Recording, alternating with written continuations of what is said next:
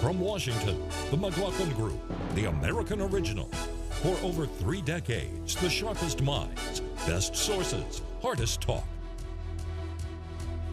Hello, welcome to another edition of the McLaughlin Group from our various remote locales. We hope that you and your family are well. If you're not, you are in our thoughts. Obviously, it is a difficult time for the nation. Anyway, our guests this week are the familiar faces of Pat Buchanan, Eleanor Clift, Clarence Page, and our guest this week is Kelsey Harkness, or Kelsey Bowler, who is now a mother, and we congratulate her for that. Well, on this basis, we shall go to our first issue, which is issue 1, Trump's revolt. I think we had 144 days of record stock markets, and then one day they said, we have to close our country. Well, now it's time to open it up. President Trump and various governors moved to open up the economy this week, rejecting concerns that doing so may lead to a second coronavirus spike. The White House and many Republican governors appear to have decided that the need, economic, social, and mental health related, to reopen now outweighs the purely physical health risks of doing so. And so, while at-risk individuals are being told to remain at home, others are being encouraged to get back to work. Democrats say this is a grave risk. Okay, Pat, how do you see this continuing battle between President Trump and the various governors in terms of when and how we should reopen? Here's what's going on, I think, Tom. Trump is executing a strategic pivot here. We've got 70,000 dead, 75,000. They're dying at 2,000 a week. He's begun to realize that this is going to continue. It may go to 3,000 or may go to 1,000. There's nothing he can really do about that. However, he's looking at the second half of this crisis, the economic crisis, and I think he's decided he's going to focus his energies there. 30 million Americans are jobless and 330 million really have got a wrecked economy, that he can start to rebuild the economy. That's something he can do, where he can take action, where he can be seen in a positive vein. It's his terrain. So I think that's what you're going to see now, a refocus by Trump on fixing the economy, because frankly, no one can really do anything quite much about the disease and where its course is. Eleanor? A strategic pivot, and he can't do anything about what's happening in our public health. I don't accept that. This president has looked at the course of the virus. He sees how difficult it is. He doesn't like things that are difficult. He's looking at the stock market. He thinks if he can get the stock market it's actually been going up. If he can keep the stock market on course, that's somehow victory. So he's going to withdraw from the battlefield and declare victory. He said, we've done everything right. Now it's time to get back to work, as though the virus was in the past. It's not in the past. And he is suppressing a CDC document on guidelines on how the states can open up every aspect of American life, from summer camps to gyms to parks. And he is suppressing that because he doesn't like what it says. Wow. Kelsey, how do you respond to that? The most shameful abdication of leadership. I disagree. I think, of course, there's going to come a time where we'll be able to look back on this crisis and say the federal government and the Trump administration could have and should have done better in certain areas. Testing is an easy example. But that said, I think the administration has done a very good job in handling the crisis, and it is time to talk about reopening. There's been cell phone data that tells us Americans are leaving their homes whether these orders are lifted or not. And when it comes to what the president is doing, I think if he were arguing to keep these lockdowns until there's a vaccine, the left and many in the media hate the president so much that they would probably be arguing the opposite, just to continue these battles between President Trump and the left. We do need parts of our country to start reopening. People's lives depend on that too. Aaron. Well, we're hearing a couple of different messages from the public because people are complicated. We hear people saying that they want to get back to work, and you can't blame them. My goodness, it's terrible the kind of duress people are being put under, especially those who cannot afford to work from home, like some of us who have Zoom here can do. But we do have a lot of people who are feeling very antsy for good reason, wanting to get back to work. And President Trump, here's them. And he said the other day he's ready to phase out the coronavirus task force. The polls still show that people want to get back to work, but they also want to be safe. Pat, let me ask you a question here. Do you think, though, that there is a point here, right, that Eleanor and Clarence argued that the first responsibility of the president, the leader of the federal chief executive, is to protect the people? Yes, there is economic harm, but the people who are the public health professionals, as much as the president would be expected to listen to the military or law enforcement professionals, are saying this is a mistake. Isn't there some responsibility here for the president to listen to them more? Tom, let me say this about Trump. He's looking at the situation. There are 2,000 people dying every day. He can't influence whether that goes to 3,000 or 1,000. That's a terrible number. But look, the American people, not only them, but the governors and everyone else, all agree with Trump on the basic point. We've got to start opening up the economy. They disagree as to when and whether it should be done now, what should be reopened. But Trump is clearly ahead of the curve. As of today, the polls may be with Eleanor, the polls may be with Clarence, but in June 15th, everybody in this country is going to want this economy opened up. Frankly, and any governors who resisted then are going to be inviting massive civil disobedience. He is suppressing a document that he asked the CDC, the Center for Disease Control, the premier health agency in the world. He is suppressing a document he asked them to draw up about how to gradually open the country safely. It accounted for different regions, different expectations in the different states. He could lead the country in making sure that we get tests that can be trusted and that everybody gets them. He could use the Defense Production Act to make sure that swabs are being created. There aren't enough swabs. This is ridiculous. The President of the United States is not responsible for swabs. This is a national crisis. One at a time. He's been elected. Eleanor, you've spoken enough. Let's get a Pat. He's been elected to keep this country moving. He does not want to be running around trying to get swabs. At the same time, the country which the American people are going to inherit when this virus moves on and maybe the second wave comes on is going to be, he's got to make sure to the degree he can, this country is up and working. Just quickly, swabs are not minutia. The swabs are what you need to test people. And without testing people, you don't know how bad your problem is or where to focus your attention. South Korea is way ahead of the rest of the world on swabs and testing, and that's why they have been able to pull things under control. We're way far away from that point. Even though President Trump says we do more testing than anybody, that's exactly wrong. I want to say one thing about swabs. The reason that American manufacturers aren't making enough is because they figure 18 months from now they won't be needed. So they need a push from the federal government. This is government matters. And this president could make these problems go away very easily.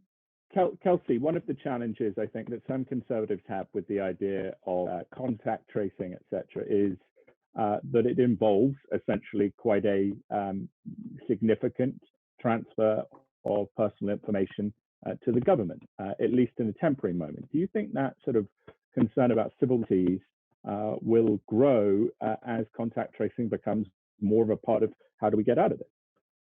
I unfortunately think the time for contact tracing has passed. People are ready to start leaving now, and that's because the number of cases of coronavirus is so different state by state, county by county, even town by town. And that's why President Trump is doing the right thing by deferring to governors and local officials about when and how to reopen. Those officials know what's happening on the ground. They know the resources they have on hand to deal with anyone who does get sick. The original goal, let's remember, of these lockdowns was not to make coronavirus go away. It was to flatten the curve.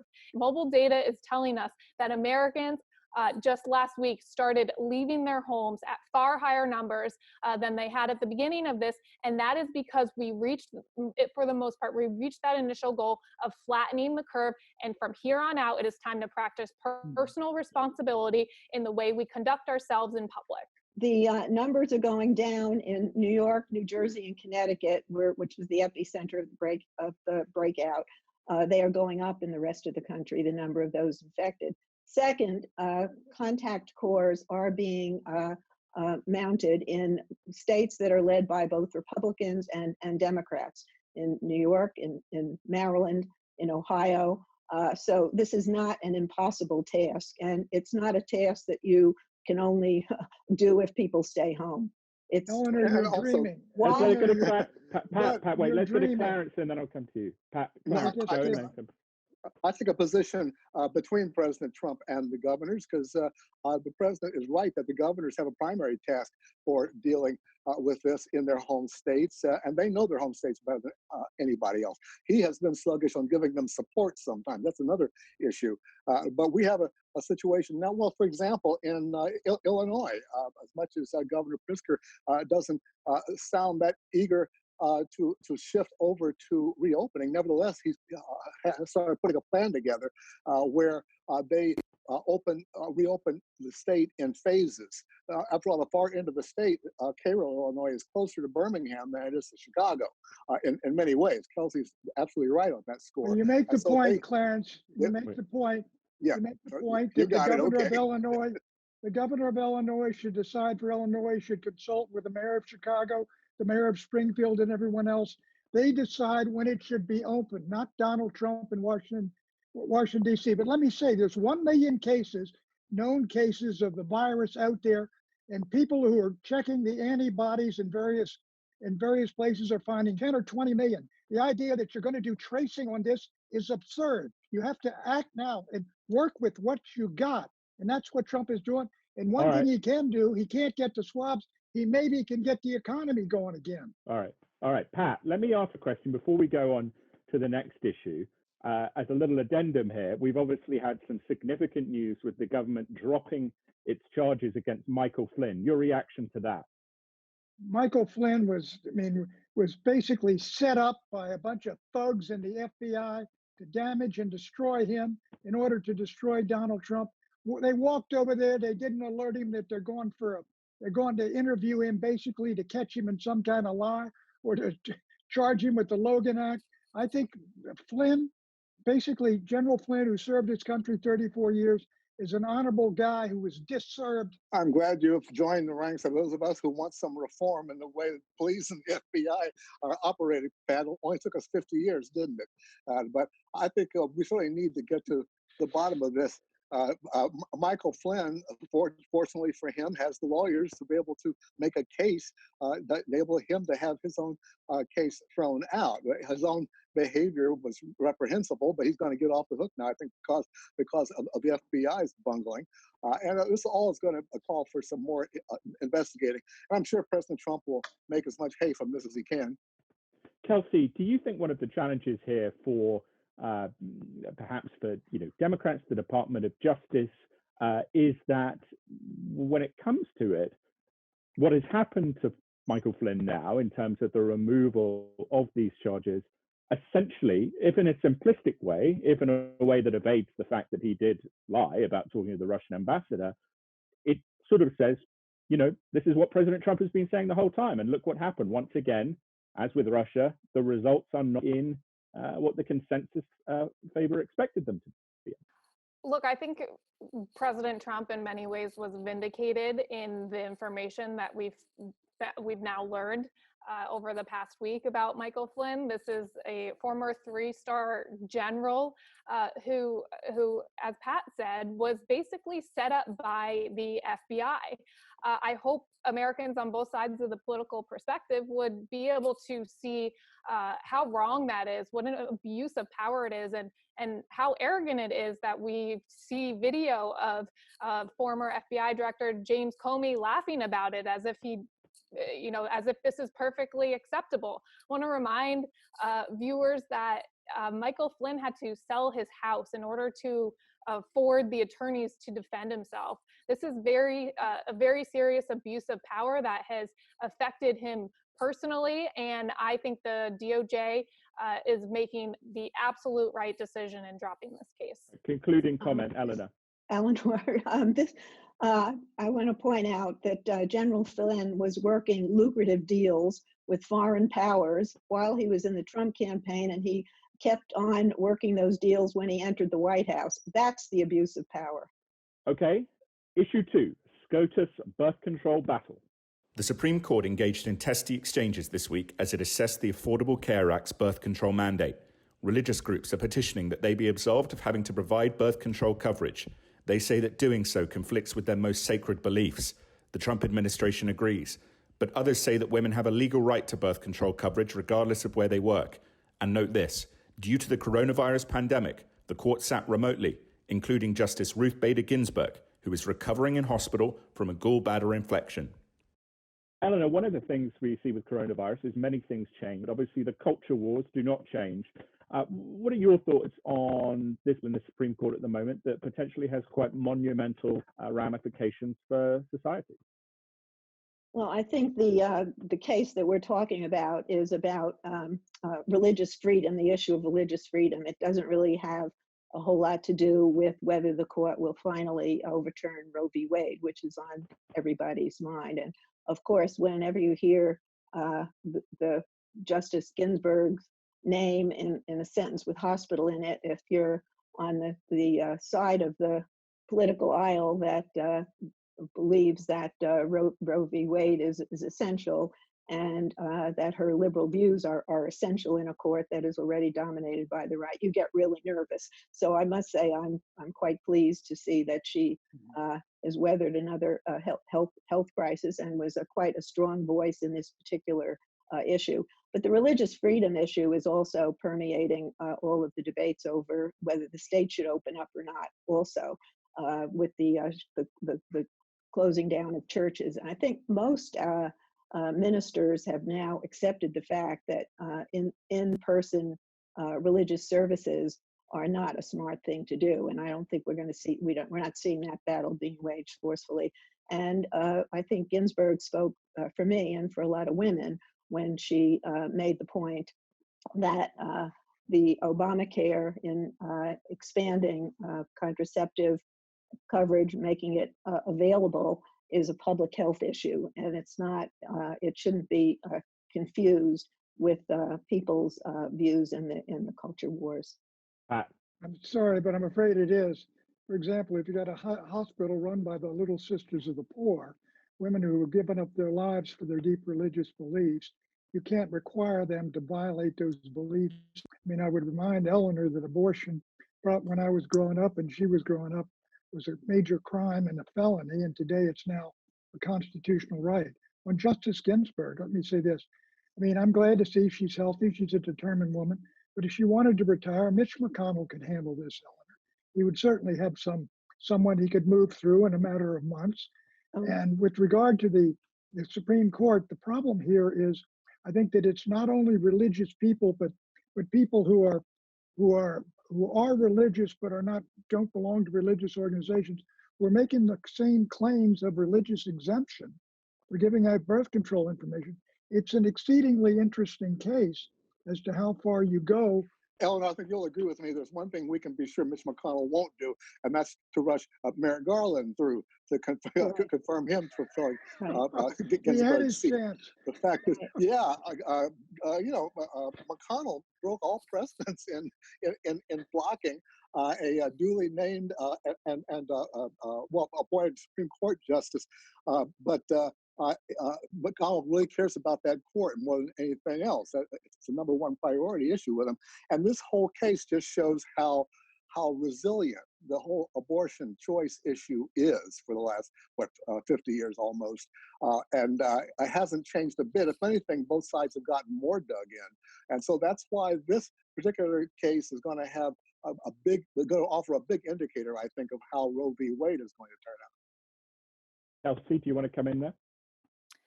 I think first off, we have to voice our sincere gratitude to the Little Sisters of the Poor who are on the front lines of fighting the coronavirus right now, both in hospitals, and they run a lot of elderly homes, which we know are being deeply affected by this virus.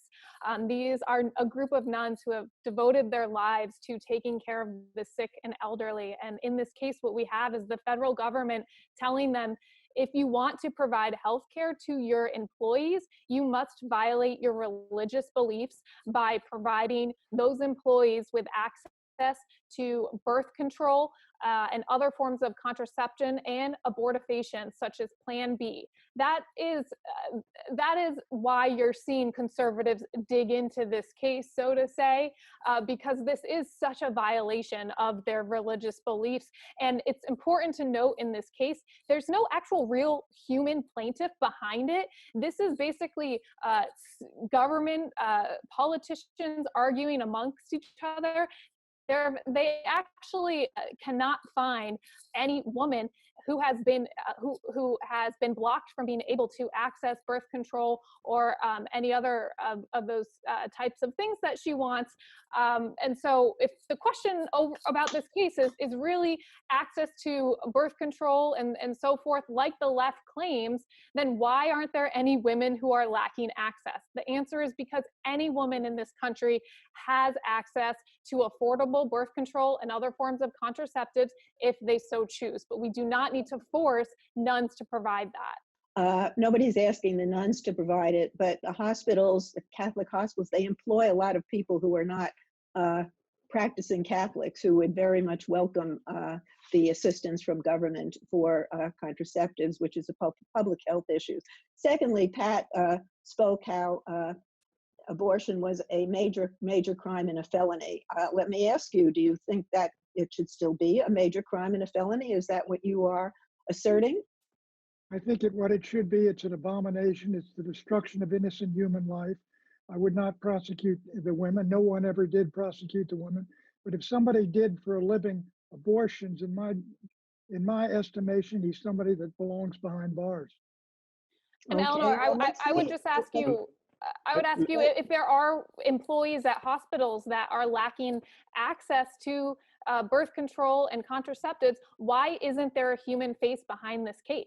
I was just going to say this administration, as a matter of policy, has been making the claim that, yeah, women can get birth control while they're trying to reduce the ability of women to get birth control, especially poor women, who are always the pawns in this whole debate.